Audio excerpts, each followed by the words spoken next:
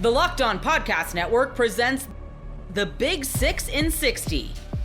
The 6 biggest national sports stories from the local experts of the Locked On Podcast Network. Get the real story, why it matters, what's next, who wins the big game, and more, all in 60 minutes. The Big 6 in 60 starts now with the biggest story in sports. Shemar Stewart is here. He's practicing. He's working into 11-on-11 drills. You are Locked On Bengals, your daily Cincinnati Bengals podcast. We dive into Shemar Stewart's first practice. Signs his contract on Saturday. Agrees to the contract on Friday. I was stuck in Denver for a real long time. I was waiting to see how long it would be for Jake to mention his travel issues. The intro, of course. I didn't even get to talk before he talked about his intro his travel issue. He's here. Just to be clear, he's here. He's physically here in Cincinnati, so it worked out. For those of you not watching on YouTube, we are in the same room. I can look at James, or have to look at James, depending on your perspective. Most beautiful thing he's ever seen. The perspective that we're going to share today is Shemar Stewart participating in practice and really doing just about everything. Like, probably not a full workload for him in team drills and 11-on-11 work, but working in with the ones in team drills. Zach Taylor said after practice he got about 10 reps or so. So that's a good amount of work for Shemar Stewart to get in this practice, in his inaugural practice, and his first rep in team drills. He got triple teamed. So that's a fun welcome to the NFL moment. Also met with reporters, including James Rapien, at his locker after practice. But the first step for Shemar Stewart, getting acclimated, getting caught up, and doing the things that he's going to need to do to get ready for that first preseason game. And Shemar mentioned it. He had to get on the field, and he knew it. And I think that's why the deal got done when the deal got done, is because he was going to get almost left behind. Like, if you miss most of camp, like these old holdouts, like people have mentioned Andre Smith, or you go back to the Achilles Smith days, it's really, really hard to play makeup and play catch up and get there. And they're early enough. And Zach Taylor discussed this after practice. They're early enough. Full pads aren't even on yet. That happens on Monday. Oh, look at you. You're messing with the days, and now it's messing with me. On Monday, they're going to have their first full padded practice. And so Shemar's going to be there for that. He was there for the really, really, really, really, really, really hot session on Sunday, and that's huge. So, like we said the other day when we did the emergency quick 10 minutes, it's huge to have him on the field, to get him on the field, get him acclimated. I didn't really have expectations for him today. I wanted to see him in team drills, but like the first play you mentioned where there were 3 guys on him, it's a screen to his side. It's just kind of the play design. They were working on screens early on. It's not like they were like, all right, well, let's send the house at Shemar after the past few months. Let's send a message. Yeah. Let's just get that guy right out of the gate. Social media ran with that narrative, and that's not it. They were running screens before that, and it went to Shemar's side. He had 2 team reps in that first session, and then after that, got more as the practice went on. So we did see him in multiple spots too, both sides. He kicked inside as well on the goal line.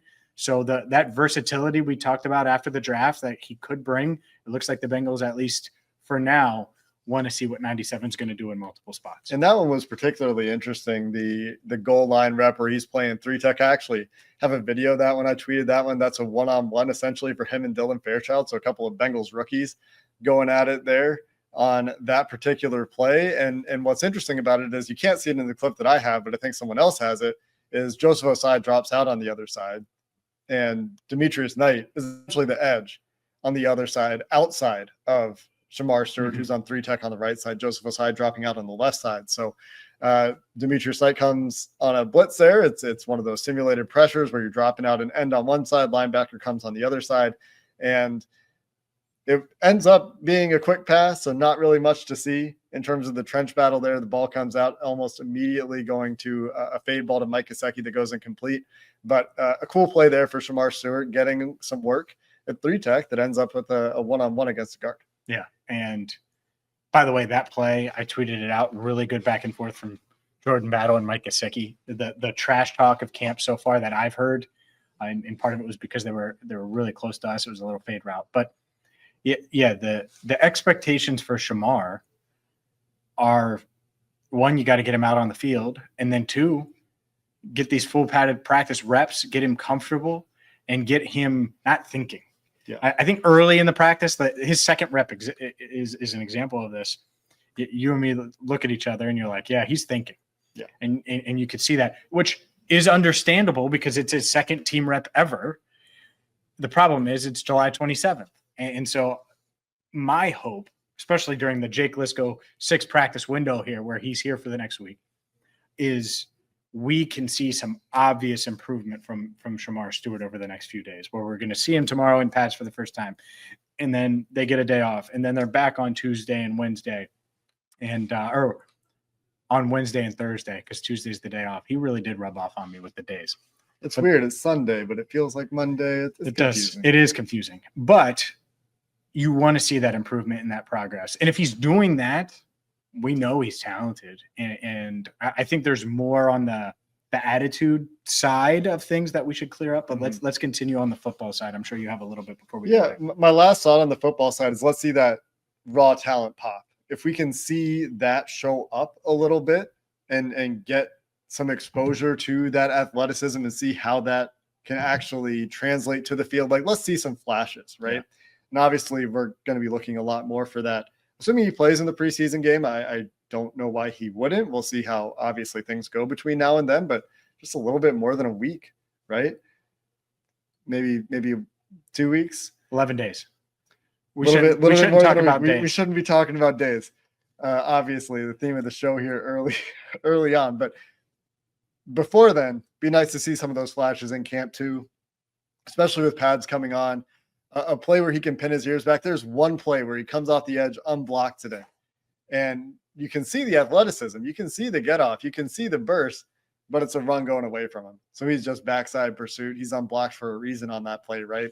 So fun to see the athleticism there, but to see that get off, to see him turn the corner on a passing play, on like a true pass set kind of play where it's like a one-on-one with Amarius Mims or a one-on-one with Orlando Brown, because he was working on both sides. That's what I'm excited to see from a football perspective. But from an attitude perspective, James, you talked to him after practice. What were your takeaways at the locker? Well, I think that there's a lot of he's a bust already, and he has an attitude, and he's all about himself and all of those things. And I disagree with that. Ever wish managing your money felt easier? With Monarch Money, it can. Whether you're growing your savings or planning a big purchase, Monarch puts you in the driver's seat. It's like having your own personal CFO, giving you full visibility and control over your finances. Monarch Money is more than a budgeting app. It's a complete financial command center.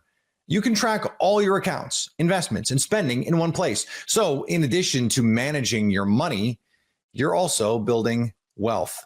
Take control of your finances with Monarch Money. Use code LOCKEDONNFL at monarchmoney.com for 50% off your first year. That's monarchmoney.com, code LOCKEDONNFL for half off your first year. The Dallas Cowboys signed a player to a contract extension, but it's not who you think. You are Locked On Cowboys, your daily Dallas Cowboys podcast. Part of the Locked On Podcast Network, your team every day. The Cowboys have signed a player to a contract extension. No, it's not Micah Parsons. It is Jake Ferguson on a new deal that will pay him $30 million guaranteed over the next 5 total years. What were your reactions or your thoughts once you heard this move happen, Landon? Well, I think we started hearing rumblings that there were other players that might be getting extensions soon. And when that started happening, like, it didn't feel like it was Tyler Smith. Like, I don't know why, but it didn't feel like that was the name that was kind of being thrown around, but it didn't feel like that was necessarily the case. And to me, like, I felt like that Ferguson was the one that next kind of made sense. Now, you and I have discussed on this show that, at least with my opinion, is that I felt like they needed to see Ferguson one more year to kind of just confirm what they had seen previously. But lo and behold, here they are. taking a stance that many of us thought that they would never take, right? And signing a guy early before, kind of making them prove it again. And getting, I guess decent value at the deal. I mean, if Fergie had a really huge year this year with all the extra attention going Pickens and CD Lambs this way, I mean, maybe he moves the needle a little bit higher there. But I think it was not surprising that someone got signed that wasn't Micah Parsons. I think it was a little bit surprising that they specifically with Ferguson's situation, because I felt like after the injury and that whole situation, they would have liked to have seen it one more year. Yeah, and I've got mixed thoughts on this, but nothing super serious. Like I've been saying, like, even if he were to have that breakout year that you mentioned, you might be paying him $2 to $3 million more per year if you waited until next offseason, because all of the big contracts are already up. Like, we saw Trey McBride got his big deal this offseason. Brock Bowers isn't due for more money for a while. George Kittle, I don't believe, is going to get a new contract anytime soon. So the market's kind of set. So you could have protected yourself a little bit in case Ferguson had a down year, or he didn't improve as a blocker, or if Schoonmaker steps up, who we'll talk about in a little bit. But having said all of that, it's still not a bad deal, because again, the numbers that come out, 4 years, $52 million, ignore that, right? What you really want to know is the guaranteed money, and it's $30 million guaranteed over the next 4 years, not including this year, which really makes this like a practical deal of like 3 years, $34 million if you're including this year, which is not really much of anything. So that's why I don't care that much, but it is a little interesting that they decided to do it now rather than just waiting. Well, yeah, I mean, I think that's right, because why? And I think it's very clearly to kind of, promote to this Micah Parsons narrative that we will sign folks. I mean, I think they could have done this deal at any time. You're right. Like, I don't know that they deal this deal now, or, like you said, the market's pretty much set. They clearly had decided, I guess, at this point that they wanted to sign him. And so, why do this deal now? I have a guess. Yeah, go ahead, please. I think it's because they're planning on using the franchise tag on somebody next year. Now, I don't think it's Micah, because I do think Micah's going to get a deal. I've been pretty consistent with that. I know it is. Well, it could be Deron Bland, right? Bland has a chance to have a big year. It's not going to be Tyler Smith, because he's got the 5th-year option. I wouldn't be surprised if it's someone like Brandon Aubrey, who's going to be a free agent after this year. You could franchise tag Aubrey, and it's actually a pretty good deal. But I just think the Cowboys use that franchise tag more than almost any other team in the league. Getting Ferguson done now checks that box. It also opens you up to the possibility of franchise tagging George Pickens if you want to keep him around for another year. Yeah, that's what I was wondering. It just, just saving that in case that situation goes like that, and you wanted to save him. And while you're trying to continue to work a long-term deal, because it's clear that they like him, so that if they wanted to kind of continue to dangle the carrot a little bit longer before giving him a long-term deal. $28 million though next year for a receiver. Yeah, I know, and the truth is that he probably doesn't. I mean, yeah, I guess that's probably right what he would make per year. Right? Is that the deal that you would? Well, here's what you could do. You could also use like the transition tag, which I think is going to be like $24 million. And that's more into the range of, but I think the whole point is like, I think just checking this box helps you get to that point if you want to get there. You don't have to have it like, assigned for Ferguson in the future. You've got it available in case something goes wrong. Yeah. Lots of other stuff to talk about with the tight ends though, because today at practice, it was interesting that this happened on the first day of pads, because there was a lot of interesting stuff, including, unfortunately, the Brevin Spann forward injury that's come out. It sounds like it's an ankle sprain. There hasn't been a ton of reporting on it yet. The Cowboys don't believe it's serious. They're going to get an MRI, but it sounds like this could be maybe a couple week absence, but nothing like season threatening. Yeah, it didn't look terrible. It looks like Joe Hoyt was standing right next to me and kind of was re-showing me the video. It looks like someone just fell on him, I think. Yeah. So hopefully, and he kind of limped off and was helped to the tent a little bit. Was able to kind of walk on in his own power. So yeah, with the sprain, that's not too bad. And then obviously Schoonmaker, who has continued to have a nice camp. I think you've seen him. He did have one drop today that he needed to catch, but I thought that he had a couple other catches that were really nice. I saw him blocking, in certain segments, and his blocking looks like it's continuing to improve. And then I think the other thing that's super interesting at the position that we should talk about, and we'll get into a little bit more of the formational stuff. And what's interesting is I saw a lot of offensive tackle, like whether it's an unbalanced line or just simply having Awesome Richards out there as a tight end. Lots of alternate tight ends playing tight ends. And Lipke was also one of them. There was definitely at least one play where I saw Awesome Richards and Lipke both shift and motion across the formation pre-snap to get into a tight end and a wing position. So lots of interesting uses of tight ends, lots of use of tight ends, and then lots of interesting guys playing tight end. The position is clearly going to be important for this team. And I think that's something that was kind of the emphasis I wanted to get to, is clearly today was, if any indication, they're going to be using the position quite a bit in a lot of different ways too. And real quickly, John Stevens actually had a couple of reps where he was with the first team, which I still think it's going to be an uphill battle for John Stevens to make the 53-man roster. But this is somebody who is different than any other tight end on the roster. And now he's back making plays during practice. I thought that was interesting as well. That was crazy. I was really wild because it was like, I was running across to get to the sideline to get a good angle on that very first 11-on-11 snap. And I saw 49 check into the huddle, and I'm like, I must have missed the first snap. What's going on?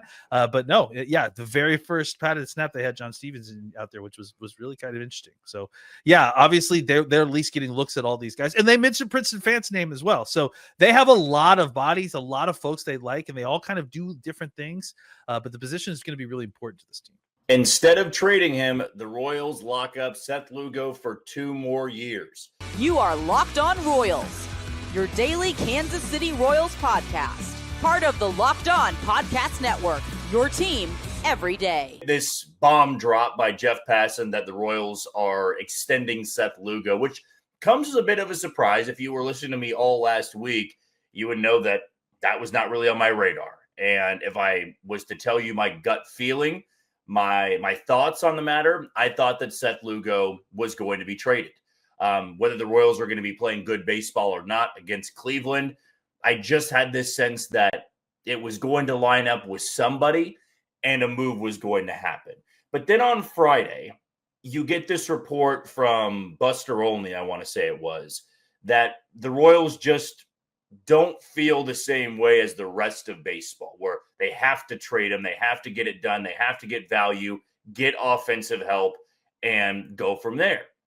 But it just never seemed, when J.J. Picollo would speak to the media, when you get the reports out there, that they were ever that close. And going back to when I first started doing this podcast, you've heard me use the phrase of where there's smoke, there's fire. And you should always believe that. Like when I read these articles from Ken Rosenthal, Jeff Passan, Kylie McDaniel, and they're referencing players that your team might be linked to or that would be a good fit, that's not just randomness. There has to be some smoke there. And when it came to Seth Lugo and a potential trade, there was never really any smoke. You heard about the Cubs calling and asking about Seth Lugo.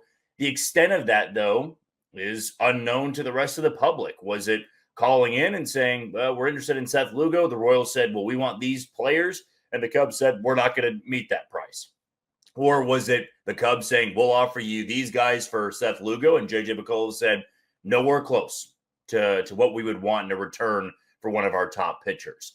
And so I put this out there on Twitter. Again, you can follow me online at JohnnyJ_15. But they never needed to force a trade. And that to me was a little bit of the misconception to a lot of people out there that wanted the Royals to sell. There was this notion that, well, they got to get it done. They have to get value because they're not going to have him back next year, right? He's basically a rental. He's 35 years old. He's going to be 36 this offseason.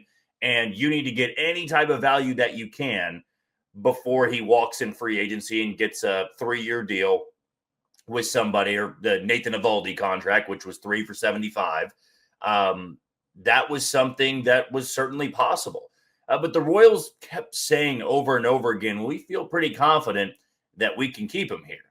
Little did we know that they were confident in it because they could lock him up long-term right now. They didn't need to wait till the offseason. They didn't need to wait till the opt-out period. And that's kind of the same thing they did with Michael Wacha. There was this feeling that, well, once he finishes up the 2024 season, Wacha's going to opt out and somebody's going to give him a lot of money. But he liked it in Kansas City. He wanted to stay with this pitching staff, and he wanted to stay with this defense in a ballpark that favors pitching.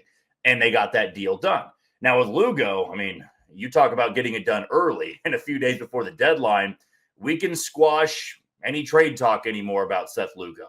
And now I feel 100% confident in saying the Royals are not selling. There is no need for them to sell at this point. You acquired Adam Frazier and Randall Grichuk, 2 rental players, your number 1 trade chip. You got locked up for the next 2 years, which has a vesting option for the 3rd year. And that also, to break it down a little bit more simply, that is where if you meet certain milestones with your contract, like we talk about incentive based, you get X amount of innings, you get X amount of strikeouts, you're an all-star, you're going to get that guaranteed money. That's what the vesting option is. He reaches some of those totals, which I don't know the details on that just yet. He would get that option for 2028. But he's extended for 2 more years, $23 million a year. That's $2 million less than I thought he was going to get on the open market. I really did believe he was going to get the Nathan Eovaldi deal, but Nathan Eovaldi is more of a power pitcher. Seth Lugo is more of a finesse guy, and sometimes those pitchers don't get the massive deals. And for Seth Lugo, I mean, I believe it when guys say, I love to be here. I want to continue to be here. And I don't know when these contract negotiations started, but I imagine when Seth Lugo spoke to the media, they were either just beginning or maybe they were in the middle of it. Because you just got this sense of, well, they're not really wanting to trade him and they want to keep him around. They spoke pretty confidently about the situation. There wasn't a, well, we know it's a business and we know that we might need to look into fielding some offers and we want to have him back, but not every GM backs that up. But the Royals are willing to spend the money. It's a totally different era that we've seen under J.J. Picollo and John Sherman. And we have seen the last 2 years this pitching staff be completely overhauled. And you can't take that for granted. I mean, we saw today, Chris Bubich go on the injured list. He's got the same rotator cuff strain that Cole Reagans did. And that's kept him out for a long time. I don't know if Chris Bubich is going to return. So this feeling of, well, you got to trade Seth Lugo and get value there and then just call up guys in AAA to make starts, that was never going to be the way the Royals were going to operate. In fact, the more injuries that piled up in the rotation, the less likely I thought it would be that he would, be traded somewhere, unless you were going to be getting some pitchers in return. And the Royals needed offensive help. Hence why they went and got Randall Grichuk yesterday and why they wanted to improve their bench with Adam Frazier over Cam Devaney. But the Royals were not going to be that reckless of, well, just start Dallas Keuchel, just start Thomas Hatch, just start, Chandler Champlain, all of these guys, and just see what happens. Who cares? Punt to 2026. And I don't believe that this is me making too much out of a situation, but when you make moves like that, you trade away Seth Lugo, and the Royals are not right there for a playoff spot. They're still 4 games back. There are some teams that are playing bad baseball, and honestly now they're a lot closer to first place than I thought they would be, considering they haven't played tremendous baseball. They played good baseball in July, but the Tigers have been horrific. They just won their second game in their last 14 tries today against the Blue Jays. The Royals have gone from like a 15-game deficit to 8.5, and they're a half game out of second place, which of course is Cleveland. But if you're in this spot where you're 2 games under 500, I understand that players, are responsible for that. So if your team is selling, you got nobody to blame but yourself. But if you're right there and you feel that your team is good enough, and of course these players are going to say that, but they're good enough to make a run in the second half, well, I would say this, that trading away pitchers when you're already having the injury list pile up with starting pitchers, and then you just slosh together a rotation, that's going to turn off a lot of players. And baseball players can be very online and they know what's happening out there. And for a team that's right there, it's not to say that selling would have been, catastrophic to these players' egos and their belief in what the Royals are trying to do, but to not really have a backup plan and say, just start the AAA guys, it's more complicated than that. They just made a trade to replace Rich Hill in Omaha earlier this week because that rotation is completely banged up and they're just piecing it together at this point. So you call everybody up there. Well, now you got to replace people for Omaha's rotation. And then does that screw with the Naturals rotation? So it's not as simple as that. And seeing Chris Bubich go on the injury list, I did not get the feeling of, well, now this is when you trade Lugo. Because Michael Lorenzen, he could be coming back soon, but maybe looking at trading him as well because he's on a one-year deal.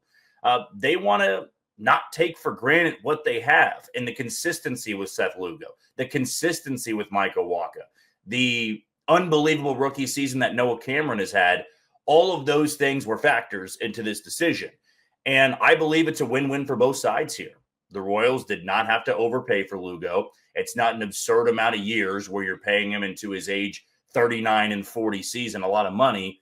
You've got your rotation intact for this year and next year. And you've been a little bit snake bitten with some of these injuries to your starting rotation, but you still have youth there and you've got the veteran experience from guys like Seth Lugo and guys like Michael Wacha.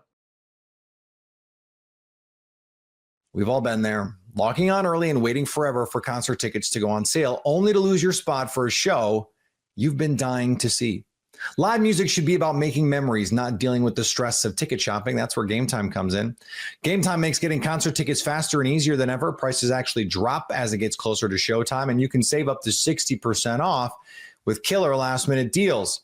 Tired of endless scrolling, trying to find the best deal? Gametime Zone Deal picks the best seats in your section for you. And with Gametime, the price you see is the price you pay. No hidden fees. Take the guesswork out of buying concert and show tickets with Gametime. Download the Gametime app, create an account, and use code LOCKEDONNFL for $20 off your first purchase. Terms apply. Again, create an account and redeem the code LOCKEDONNFL for $20 off. Download the Gametime app today. Last minute tickets, the lowest price guaranteed. Billy Donovan signed a contract extension with the Chicago Bulls for multi-years. You are Locked On Bulls, your daily Chicago Bulls podcast. Billy Donovan signed a multi-year contract extension with the Chicago Bulls. We heard about this going down about a month ago, but the Bulls actually officially announced it, which is unexpected because keep in mind, Pat, the contract that he's on currently was still never officially announced, but we do know the extension is going to be there. Multi-years, the exact number of years has not been released. How you feeling, Pat? Well, I think based on what we thought we knew about the contract, right, because of the whole Kentucky thing, he was on the last year of his deal pretty much. So extending him was going to be a conversation no matter what. I think the Knicks blew up the spot. F y'all. Like, just standing F New York in general, but a special F you to the Knicks.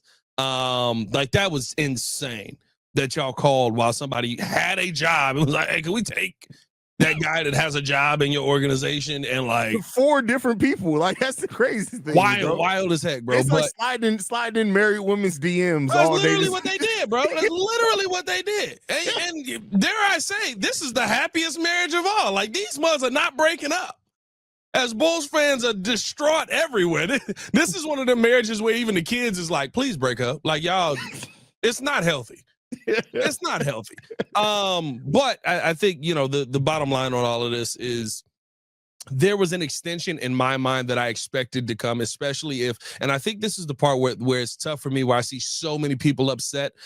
If you wanted Josh Giddey to re-sign here, if you want him to get the money, that situation probably happens more than likely if Billy Donovan is re-signed here.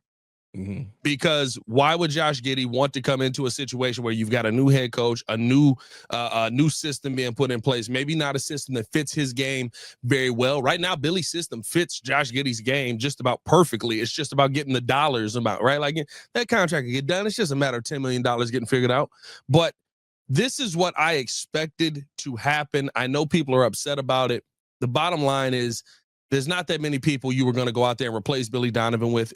when people are going, this is the worst case scenario. No, the worst case scenario is you fire Billy Donovan, then you hire Mike Budenholzer or Frank Vogel. That's your worst case Same scenario. guy. Now, am I sitting here telling you this is the move that I wanted to see? No, I would rather you find a way to find the next young head coach who is the next Taylor Jenkins, or go get Taylor Jenkins. That would be my preference. But when we're talking about this being a bad situation for the Bulls to be in, all of you guys who were excited about the great second half of the season that Josh Giddey had, Billy Donovan was the coach. The step that we saw from Modest Buzelis in that part, Billy Donovan was the coach. How much of a role Lyle had to take on and how he actually was pretty good at it, Billy Donovan was the coach. There's all these things that we sit here and come on and talk about how excited we are about what this Bulls team could be.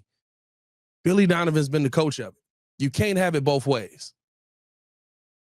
That's a fact. I mean, no, there's no doubt about that. You can't have it both ways. You can't look at what went right, and that's something that people do a lot when it comes to Billy Donovan. They blame him for everything that goes wrong, and then when things go right, they try to take. And keep in mind, I'm not a Billy Donovan. Me and you've had some heated debates on Billy Donovan. Most people know I'm not a Billy Donovan guy, but I am and fair. Both of us will rejoice the day he's fired. Like, that's a fact. That's a fact. But you have to be fair. The Bulls' new style of play that is more modern and has fit this roster. You don't get that by happenstance. That's Billy Donovan. Yeah. The plan for Modest, we were all frustrated Modest wasn't playing more minutes early, but guess what? Modest came out and said, you know what? No, looking back on it, I can see what they did, and they didn't put on too much on me, and they made me earn it. Guess who came up with that? Billy Donovan was the coach who came up with that. Now, does that mean that we overlook some of the shortcomings of Billy Donovan? No, hell no. But I do think, and I said this over on Central Pat, and you let me know how you feel about it. I do think that now it seems like, based off what we know so far, they got a lot they need to prove, much like a Kobe and Giddey backcourt. They got to prove they can do it for a full season. But the mix of this coaching staff with Billy Donovan, Wes Unseld, and Dan Craig, I like the mix of coaching philosophies here, and I am kind of interested to see how can they build off on it now with another year, learning these players better, and adding some defenders that you do need too for Wes Unseld. We know Wes Unseld coached the defense. And see what Wes Unseld does with that. I'm excited to see what that's going to look like.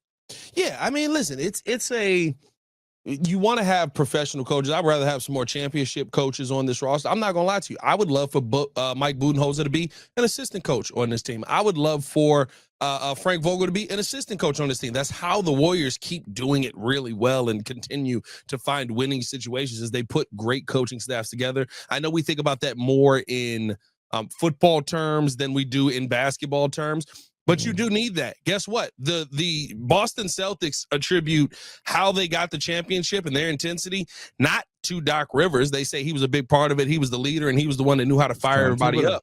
But it's Tom Thibodeau that coached up that defense and made them one of the best. No, they were the best defense in basketball that year. So, was my bottom line when I talked about this on Chicago Bulls Breeze Hayes. Like, no matter what, Billy Donovan is not a bad enough head coach that we can overlook the roster building that is going on here.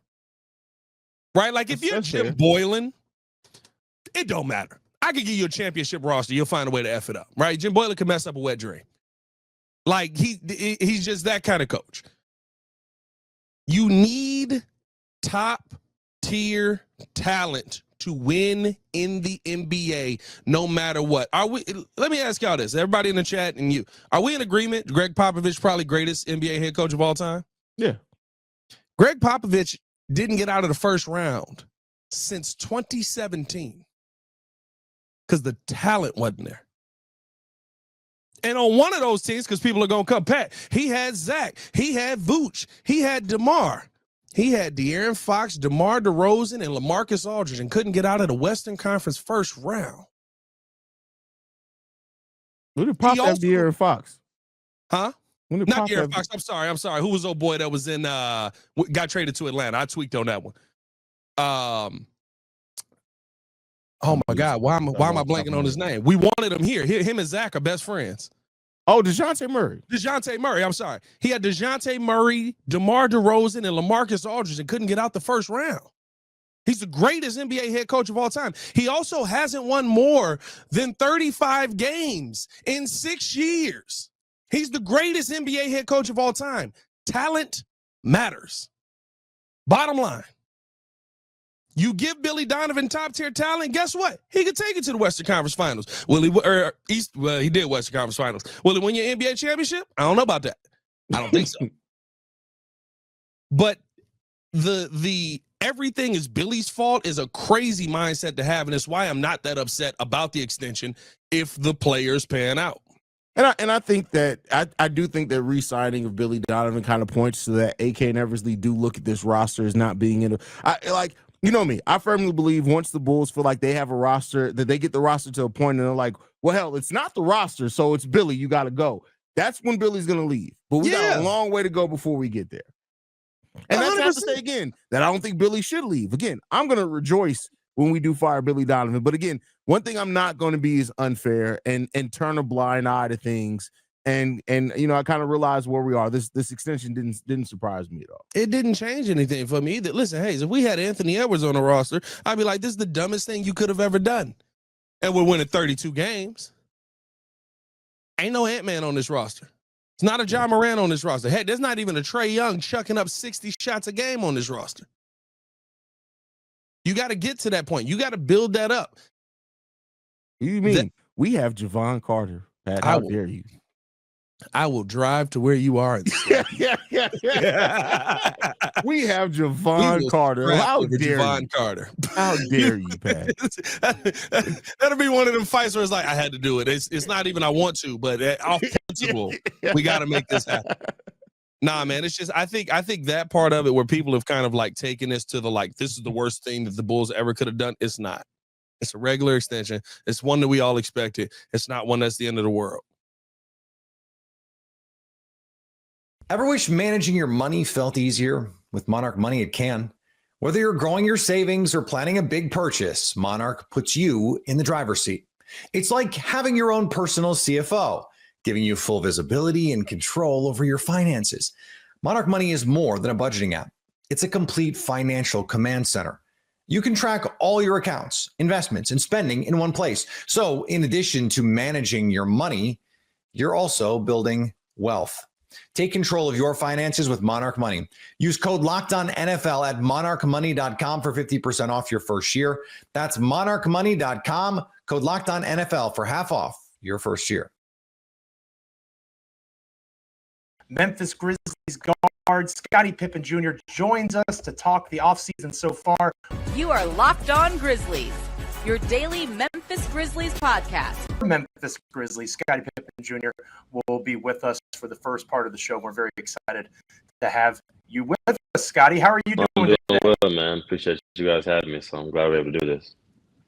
Absolutely. Shout out to you, Scottie. Shout out to Scottie for following through. He told me, so shout out to you for coming on the pod, man. They've been telling us to get a couple of the guys on here, so we're glad we could get you on here for sure.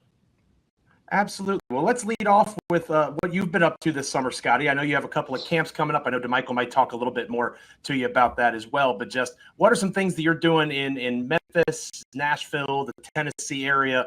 How are you keeping busy this summer? Yeah, so this camp's been something that I've been thinking about a long time. Thought about it last summer, but, didn't feel fully established in the city in Memphis yet. So I thought, after my last year, having a pretty good year and how the time was right now, I wanted to give back to the city. So having a camp in Memphis, free camp, just wanted to give back. And then going back to Nashville, where I went to school at Vanderbilt, wanted to give back to that community as well. So I thought, why not knock out two cities in the same state that I've been playing for the last few years. But I was at church a few weeks back, and somebody came up to me at church and was like, my little brother's gonna be at Scottie's camp in a few weeks. And I was like, oh, okay. And that wasn't the first time that somebody came up to me. But you just mentioned a couple of the details just for the listeners. What else you can add? We know the Memphis camp is July 31st and August 1st. And I believe the dates in Nashville is August 4th and August 5th. As you mentioned, the Memphis one is a free one. I believe you have a $20 T-shirt that they can buy, a camp shirt that they can buy. What else you want to add in terms of, if they go to the Memphis one, if they go to the Nashville camp, what can they expect in those two cities? Yeah, actually, we also changed the Nashville camp to August 1st start time because we knew the public school system. Gotcha. Yes, we changed it. I would have said to get some skill work, just be up and close enough to players. I want to give back. I want to give back to the game, not as long as, just have them the ability just to see me up close and personal. Because, kids don't always get to see an NBA player asking questions and get to compete with them. So, you might see me hopping in drills, competing with the kids, as well as giving them game. Out of Nashville, I have some also former Vandy players, some pros just come back as well. So, nice. I think it should like be a lot of that. fun. That's going to be a lot of fun. Vandy's got some NBA dudes. Yeah. Vandy's got some dudes that came out there. I remember I did a story. Scotty, you remember the one I did with Jerry Stackhouse, and we were just talking through all the names, all the dudes that have come out of Vandy recently, and they got some dudes. So that should be a fun time. I'm sure. Yeah, that should be a good time. What is the age limit? Is there a limit? Like, is 38 too old for the camp, or can I fly in for that? We could have you as a counselor. You might be able to go in and get into some drills. I don't know about competing with other kids though. But I told you, DeMichael, Scottie Pippen Jr. knows about my game. He knows how to be a counselor at his camp. No, in all seriousness, we're excited to have Scottie Pippen Jr. here with us to start off this Monday edition of Locked On Grizzlies. And Scotty, it has been a busy summer for the Memphis Grizzlies, as you, of course, are aware. The Desmond Bane trade being the biggest piece, but some players have come, some players have gone.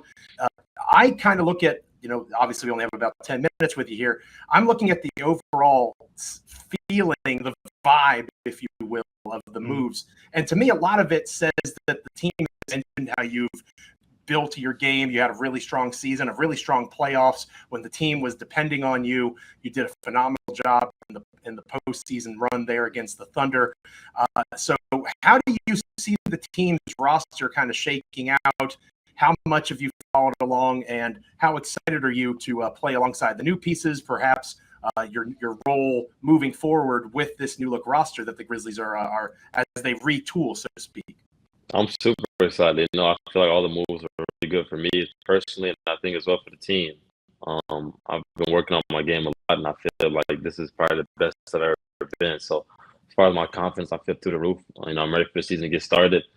I feel like all the guys are as well. Just talking to the guys, a lot of excitement. Ty Jerome was just in Vegas with the team, so I was able to chop it up with him a little bit. KCP as well. So just seeing those guys and being able to talk to them, welcome them in, and just seeing them work a little bit with the coaching staff and stuff like that. So I feel like everyone's excited. I feel like, this is our year. Last year we kind of started hot and then kind of took a little dip. So this year I feel like we're all excited and ready to get to it. I feel like for me, Scotty, the thing that I paid attention to is y'all make these off-season moves. It's like the emphasis on the defensive side. And, I'm watching every game, and there were times you be guarding Kevin Durant, you be guarding the point guards.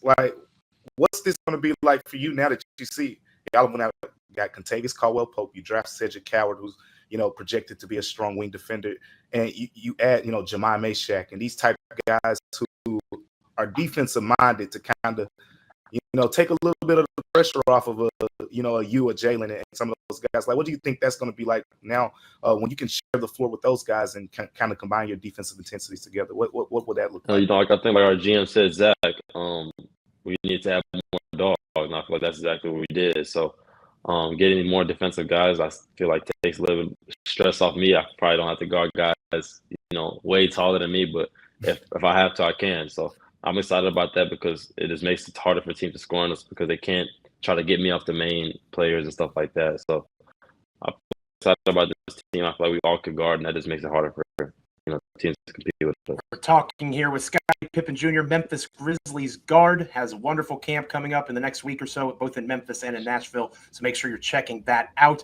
If you haven't already signed up, make sure you're signing your camper up for it.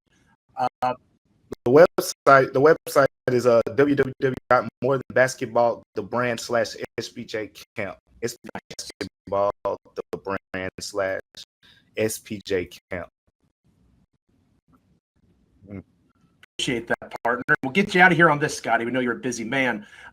Obviously, another major change, the head coach, right? You had a chance to play, of course, for the former coach Taylor Jenkins. Tuomas Isolo was an assistant on his staff. Then he ascended to the interim role, and now, of course, the head man, head honcho. You mentioned being out there in summer league, obviously interim period to close out the regular season and during the playoffs. What are you most excited about? Any early conversations? I know you can't, share everything with us, but things that you're looking forward to with Tomas Islo becoming the head coach moving forward. I would just say the whole process of him becoming the new head coach. I feel like a little bit last year he kind of got thrown into a difficult situation with the scheduling. Also, like when he took over the team, he wasn't able to really implement his offense and his schemes as much because we already had been taught so much until that point. So I would just say seeing Tomas with a full summer, full preseason training camp, and just seeing his system play out. Me and him have talked a lot about pick and roll, and I feel like that's one of my strengths. So being able to get a season with him, working on that, working with Zach Edey, working with some of the bigs, has been huge in my development. And, I feel like I'm excited about that.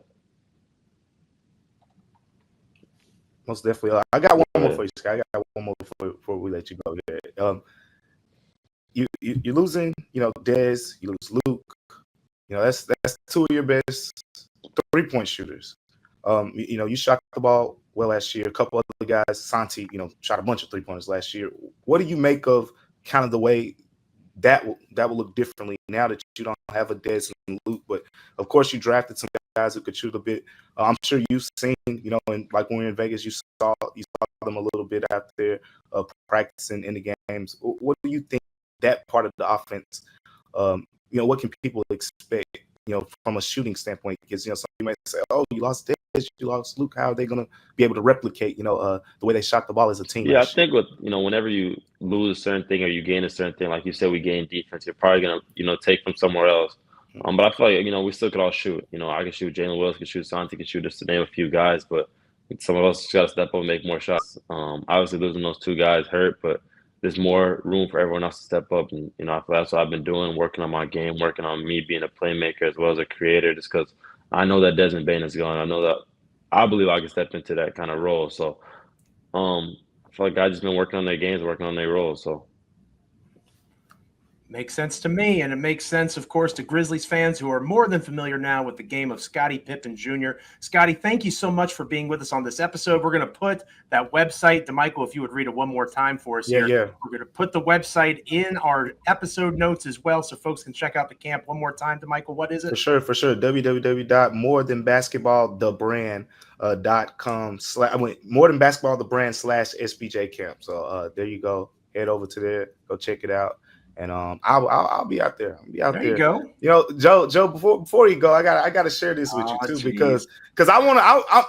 One of the things I'm going to be paying attention to is how tough is he going to be on the kids? Like, is he going to play soft with them, or is he going give them like the MJ treatment or whatever? Because we were at one of the camps earlier this year, and I had a basketball in my hand, and I walk up to Scottie, and I'm like, If I dribble in front of you right now, how long will it take you to rip the ball from me? You know what this man said? He said less than a second. Like he didn't even give me a second, Joe. He's a solid defender. He really good. But a second? A second. It sounds like you might need to be a counselor there, or maybe you could be a camper. He can help you out. Scottie can coach you up a little bit. DeMichael might need to hop in the drills, man. We might make him a camper. We'll see. We've all been there, locking on early and waiting forever for concert tickets to go on sale, only to lose your spot for a show you've been dying to see. Live music should be about making memories, not dealing with the stress of ticket shopping. That's where Gametime comes in. Gametime makes getting concert tickets faster and easier than ever. Prices actually drop as it gets closer to showtime, and you can save up to 60% off with killer last-minute deals. Tired of endless scrolling, trying to find the best deal? Gametime Zone Deal picks the best seats in your section for you. And with Gametime, the price you see is the price you pay. No hidden fees. Take the guesswork out of buying concert and show tickets with Gametime. Download the Gametime app, create an account, and use code LOCKEDONNFL for $20 off your first purchase. Terms apply. Again, create an account and redeem the code LOCKEDONNFL for $20 off. Download the Gametime app today. Last minute tickets, the lowest price, guaranteed. The Illini receive a commitment from 4-star quarterback Camden Lopati. You are Locked On Illini, your daily podcast on the Illinois Fighting Illini. Part of the Locked On Podcast Network, your team every day. Top 200 in his class, 2027 quarterback Camden Lopati, a 4-star composite, has committed to the Illini. And remember that name because this kid genuinely has all the tools that could become a big part of the defining future of the Illini. So let's start here. If you're unfamiliar with him, I've been doing a little research just to catch up, just for this quick rapid reaction episode. I'm going to have Brian Smith from Locked On Portal on later this week to go more in depth. But so Lopati is a 2027 four-star quarterback, which means, yeah, he's still got a couple of high school seasons left before he ever steps foot in Champaign. But let me tell you something. It's not too early to get excited. In fact, this might be the exact right time to start paying attention because Lopati doesn't look like he's just another early pledge. This is a top 25 national quarterback, the number one quarterback in Utah, and arguably the best player Illinois has landed this early in the cycle. We're talking about a 6'3", 215-pound signal caller with a linebacker's build, running back's explosiveness, but he also happens to be a really gifted, pure passer, one of the best in his class. Illinois has been trying to land a game-changing quarterback to lead its future, and I think with Lopati, they may have found it. And I hope I'm saying his name right. I'm notoriously bad with that, but let's just be honest. This means like the commitment also signals that Illinois continues to be ahead of the game. This is a 2027 cycle quarterback. Getting a kid like this early, it continues to open the doors. It continues. Illini football just constantly sends a message out, and it gives the Illini a legit foundation to build around for the next 2 years. We know Brett Bielema, when it comes to his first commitment of any class, he wants that guy to be the star. He always wants a huge name because he just figures that gets the ball rolling even with more positive momentum. And so that's kind of the reasons, like he always waits for a guy who could be the headliner of the class to be the first guy to commit, to get that energy popping. So let's talk about Lopati a little bit because he very well could be that guy. He's entering his junior year in West High School in Salt Lake City. But take a look at his sophomore stats. 66.8% completion rate, over 3,000 passing yards, 25 touchdowns to only 4 interceptions. And get this, 650 rushing yards to go along with that. Again, this is a quarterback who Camden has a really good relationship with Art. And it's his he's mentioned Art Sikowski in essentially every interview he's had, especially when it comes to Illinois, which is comforting because real talk, if you're an Illini football fan and you're paying close attention, there's a chance that with another successful season, Barry Lundy Jr. is not going to be the offensive coordinator next year. I mean, in an ideal situation, I would even argue he's not going to be an Illini next year. You want to have Illinois to have a good, solid offense next year, perform really well, win 9, 10, 11 games, and Barry goes off to sunset and, has his own head coaching job somewhere. With that, though, especially with the quarterback position, you tend to be worried, like, is the quarterback going to follow him? But with Camden having such an important relationship with Art, maybe it's just keeping Art. And that's a guy you can keep in-house and maybe not risking what could be the crown jewel of this recruiting class, this 2027 recruiting class. Because, again, this is not just a productive quarterback. He's got dominant stats, and he's doing it with poise, intelligence, and control that even upperclassmen don't have. And he's not just a raw athlete either. Mechanics look clean from what I've seen. Arm strength looks elite, and he processes defenses like an upperclassman. But overall, again, when it comes to deep diving, I'll do that later with Brian Smith, because this means you can look beyond a stat sheet when it comes to Camden. Camden is widely described as mature beyond his years, a true leader on the field, in the locker room, and off of it. His coaches rave about his work ethic, his decision-making, and his ability to lift the players around him. Guys, 3.8 GPA. Very coachable. Seems to be a student of the game. It's the kind of quarterback who doesn't have to rely on just talent. He does the little things. He knows to study tape, seek out mentorship, and just actively craft properly his future at the position. And here's something else that you don't always hear about. On Illinois' visit, Cam toured the university's veterinarian school. I just saw that. Look, I'm an animal lover, so that immediately that endears me to Camden. But, you know, if that's what he wants to major in, that's not exactly a very easy major. And that also just shows you that combined with this 3.8 GPA, it's an empty GPA. This is a kid who challenges himself not just on the field, but off of it. And this is where it gets exciting because Illinois is clearly shifting now with their recruiting, their quarterback recruiting in particular. And Lapati, he can fit right in with this evolving identity. A dual threat quarterback who can command the field with his arm and punish defenses with his legs.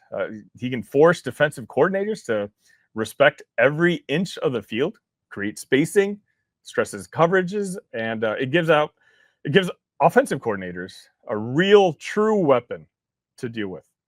Because let's be real, Illinois hasn't had many quarterbacks, I'd argue any, that have had this combination of tools and ceiling.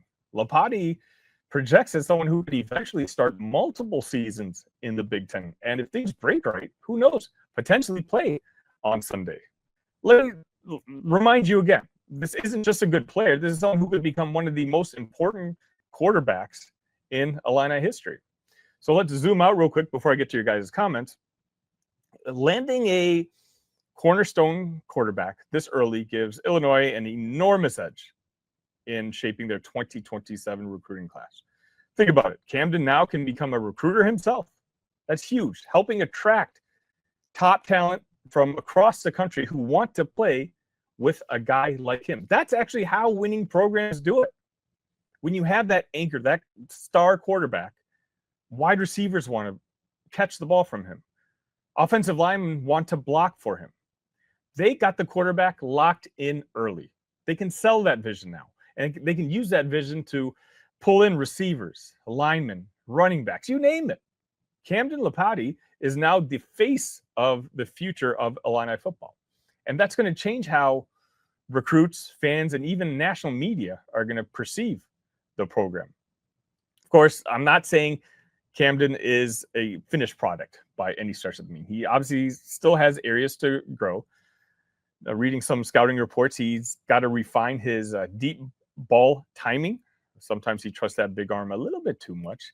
He can improve his pocket discipline, especially when facing high-end pressure. And he's going to have to adjust to college speed, which, of course, that's kind of universal. But guess what? A lot of those are universal, right? They seem to be kind of minor concerns, and they're common even among senior prospects. The tools, which are most important, those are there. And I'd argue even more important, the intelligence seems to be there. And I think the drive to improve is going to be there. So Camden Lapati committing to Illinois isn't just a headline. This could be a huge milestone. It means the staff is winning important recruiting battles. Guys, Oregon wanted Camden. Arkansas wanted Camden. Washington wanted Camden. And according to Jason Ron from my Discord, Purdue really, really wanted him. By the way, there should be a link to the Discord where we talk Illini sports all day, every day. It should be in the description. Let me know if it's not. Getting a guy like this shows belief in the direction that Brett Bielema is taking this program. It means Illinois is no longer waiting to see how things shake out. They're up front. They're dictating their own future. And when you start with a quarterback who has everything you can ask for, the arm, the legs, the brain, the heart, that's how you start a 2027 class. So let's all remember the name, Camden Lapati. If his development stays on its current trajectory, there's a real chance he becomes a centerpiece at Memorial Stadium.